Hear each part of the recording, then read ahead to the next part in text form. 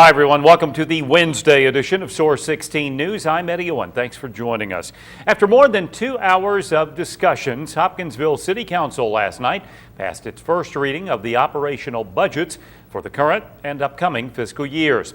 The city's $25.2 million proposed operational budget for fiscal year 2010-11 passed on a 10-2 vote, with Ward 5 Councilman Charlie Henderson and Ward 6 Councilwoman Ann Cherry both voting no.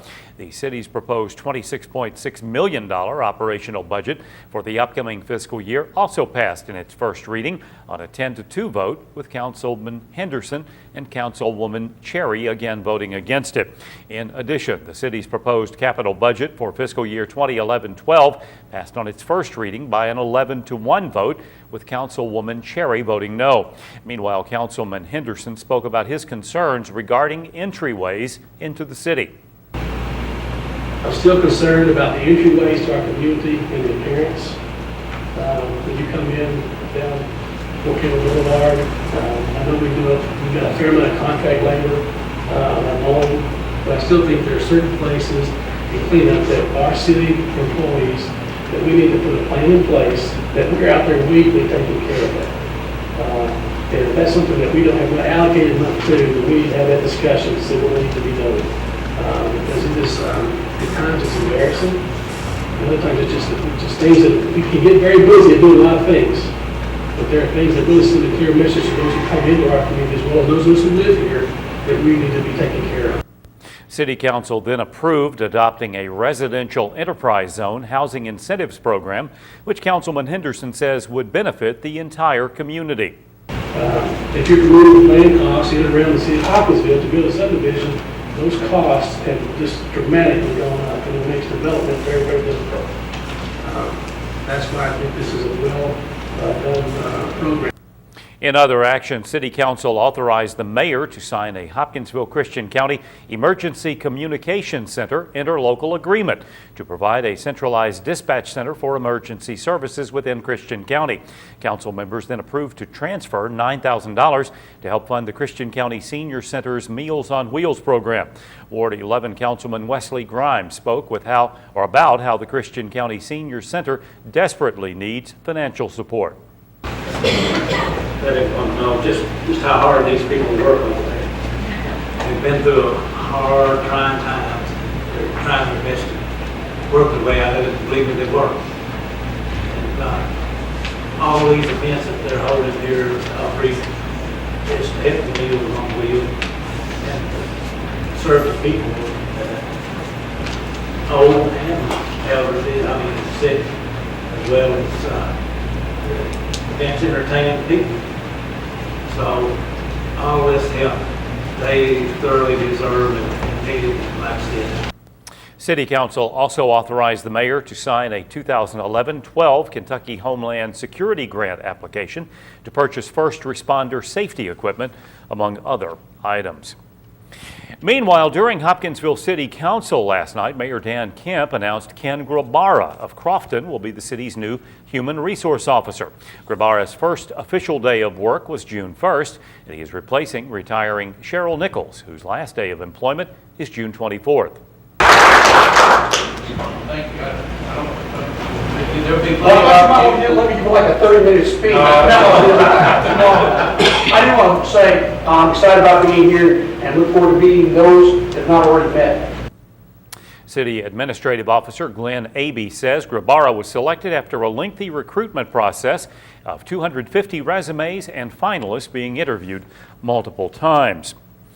And speaking of last night's Hopkinsville City Council meeting, Martha Martins of Roney Drive spoke to council members during public comments about her neighborhood's flooding problem. Source 16 spoke to Martins at her residence this morning about her continued concerns. Okay, my concerns are still our flooding problem here on Roney Drive and the raw sewage, the effect it's having on people's health. And I had a lady to go with me last night that has pictures from 1987, so her father fought this problem until he died, and in those pictures we saw toilet paper on the ground, which was a proof of raw sewage in this neighborhood since 1987. So we really feel like we have got to have some help now. In addition to her flooding problems, Martin says she is outraged to know the Hopkinsville Surface and Stormwater Utility Board is putting other projects ahead of fixing her neighborhood's flooding issues. Research that I had done from the Tetra Tech company, this is the company that the mayor spoke of.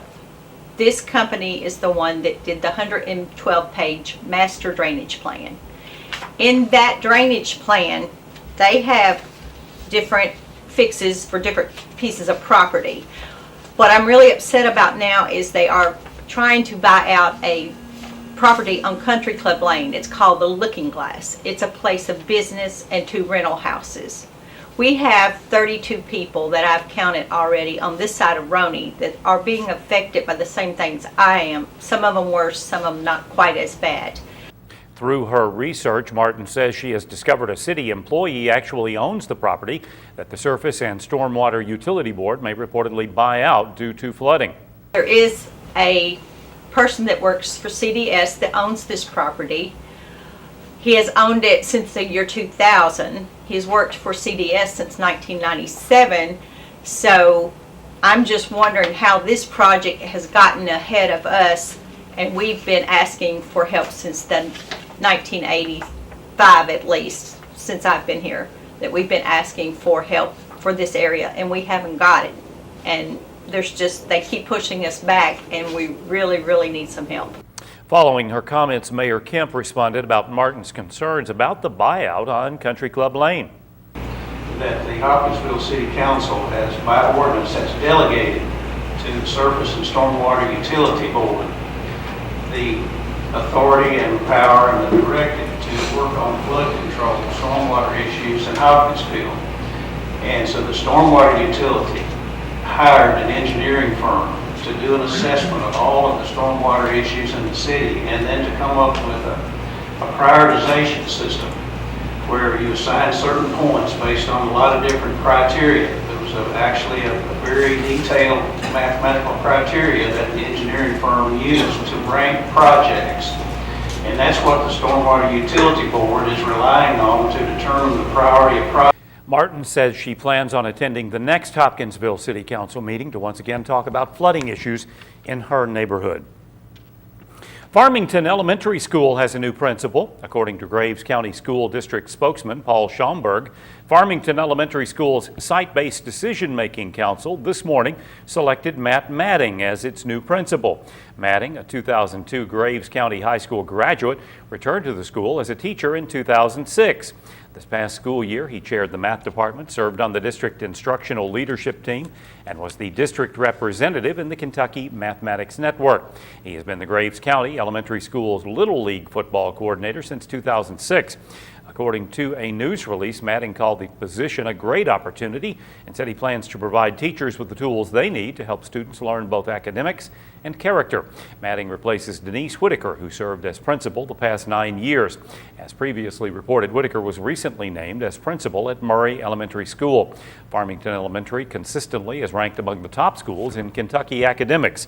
In 2007, it was honored as one of only 11 Kentucky schools and one of only 287 schools in the United States as a No Child Left Behind Blue Ribbon School. Well, this week the city of Madisonville is showing off its beauty for the America in Bloom Madisonville judges, who will be in town tomorrow and Friday. The community is participating in Ladies and Gentlemen, Start Your Engines, which is part of the turf and ground cover category of the America in Bloom Madisonville program. The program encourages home and business owners to participate in this section of the program by grooming their lawns last week. An early morning burglary at a business in Graves County is being investigated by the Sheriff's Department.